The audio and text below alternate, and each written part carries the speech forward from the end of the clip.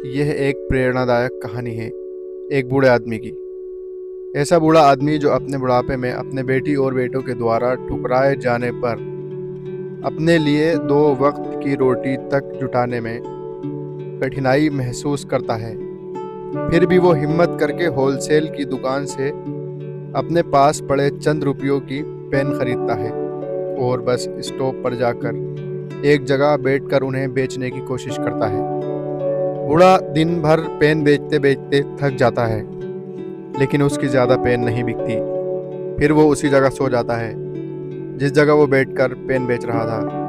बूढ़ा जहाँ सोया था वहाँ पर उसने अपना कटोरा भी रखा होता है। बूढ़े को ऐसी अवस्था में सोते हुए देख आते जाते लोगों को उस पर दया आ जाती है और उसके कटोरे में पैसा डालना शुरू कर देते हैं। जब बूढ़ा जागता है तो देखता है कि उसकी पेन एक भी कम नहीं हुई और उसके कटोरे में काफ़ी सारा पैसा जमा है। वो समझ जाता है कि लोगों ने उसको भीख देना शुरू कर दिया है। अब बूढ़ा हर दिन उसी जगह पर आता है, थोड़ी देर बैठता है और वहाँ लेट जाता है और इस तरह से उसे हर दिन ढेर सारे पैसे भीख के तौर पर मिलने लगते हैं। कई दिन बीतने के बाद जब बूढ़ा उसी जगह अपने उसी कटोरे में पेन रखकर बिना कुछ बोले बैठा होता है, तब एक यंग बिजनेसमैन उसको देखकर उसके कटोरे में 50 रुपये डालता है और अपने बस में बैठ जाता है। कुछ सेकंड बाद उस बिजनेसमैन को क्या सूझता है पता नहीं कि वो बस से नीचे उतरता है, उस बूढ़े के पास आता है और कटोरे से कुछ पेन उठाता है और उसे कहता है कि इस पेन की भी कुछ कीमत है और मैं आपको कीमत देकर ये पेन ले रहा हूँ। आखिर आप भी एक बिजनेसमैन हैं और मैं भी। इतना कहकर वो फिर से अपने बस में बैठ जाता है और बस वहाँ से चली जाती है। उस यंग बिजनेसमैन की बातें जैसे बूढ़े के दिल में उतर जाती हैं। उसकी बातें दिन रात अब उस बूढ़े के दिमाग में घूमती रहती हैं।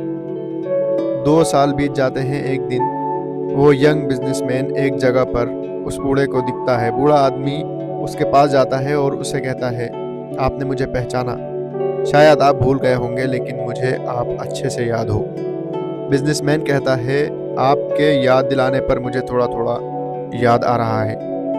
शायद आप वही बूढ़े आदमी हैं जो कभी उस बस स्टॉप पर बैठकर भीख मांगा करते थे, लेकिन आज तो आपका अंदाज ही कुछ बदला हुआ है।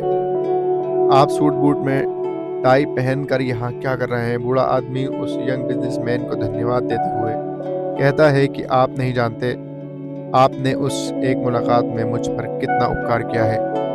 यंग बिजनेसमैन को कुछ समझ में नहीं आता, क्योंकि उसके हिसाब से उसने ऐसा कोई भी काम नहीं किया था जिसके लिए उसे धन्यवाद दिया जाए। बूढ़ा आगे बताते हुए कहता है कि मैं आपको पूरी बात बताता हूँ। उस दिन जब आपने मुझ पर दया ना दिखाते हुए अपने पैसों के बदले मेरे कटोरे से पेन उठाई और जो शब्द आपने मुझसे कहे कि पेन की भी कीमत है और आपकी तरह मैं भी एक व्यापारी, इन शब्दों ने मेरे दिल दिमाग पर आंदोलन कर दिया। उस दिन से मैं सोचने लगा कि मैं ये क्या कर रहा हूँ। मैंने ज़िंदगी भर कड़ी मेहनत करके अपना और अपने परिवार का पेट पाला था, तो फिर मैं इस उम्र में कैसे हार मान सकता हूँ। मैं उस दिन तुरंत उठा, मैंने घूम घूम कर सारी पेन बेच दी और अगले दिन से मैंने पेन के साथ कॉपी और बुक्स भी बेचना शुरू कर दी। मैंने शुरू के 6 महीने काफ़ी मेहनत की और अपने बेचने की चीज़ें बढ़ाता गया और सिर्फ 6 महीने में मैंने स्टेशनरी की दुकान डाल दी। मेरे अंदर जो मेहनत करने की लगन अपने आपने पैदा की, उसकी वजह से मैं इतने पर ही नहीं रुका। मैं स्टेशनरी में भी काफ़ी मेहनत करता था और मैंने कई सारी स्टेशनरियाँ खोल ली और आज मैं शहर का सबसे बड़ा स्टेशनरी का थोक व्यापारी हूँ। उस यंग बिजनेसमैन को उस बूढ़े आदमी की सफलता देखकर बहुत खुशी हुई। उसने बूढ़े आदमी को गले से लगा लिया और उसे कॉन्ग्रेचुलेशन कहा। दोस्तों, दुनिया क्या सोचती है इससे कुछ भी फर्क नहीं पड़ता। फर्क पड़ता है आप अपने बारे में क्या सोचते हो। अगर आप अपने आप को कमज़ोर मानते हो, आप सोचते हो कि आप कमज़ोर हो, तो आप कमज़ोर हो जाते हो।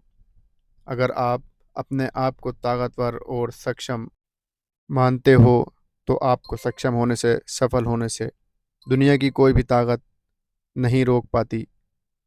दोस्तों, छोटी सी ये प्रेरणादायक कहानी हमें ये छोटा सा लेकिन बहुत महत्वपूर्ण पाठ पढ़ा कर जा रही है कि सोच बदलो तो दुनिया बदल जाएगी।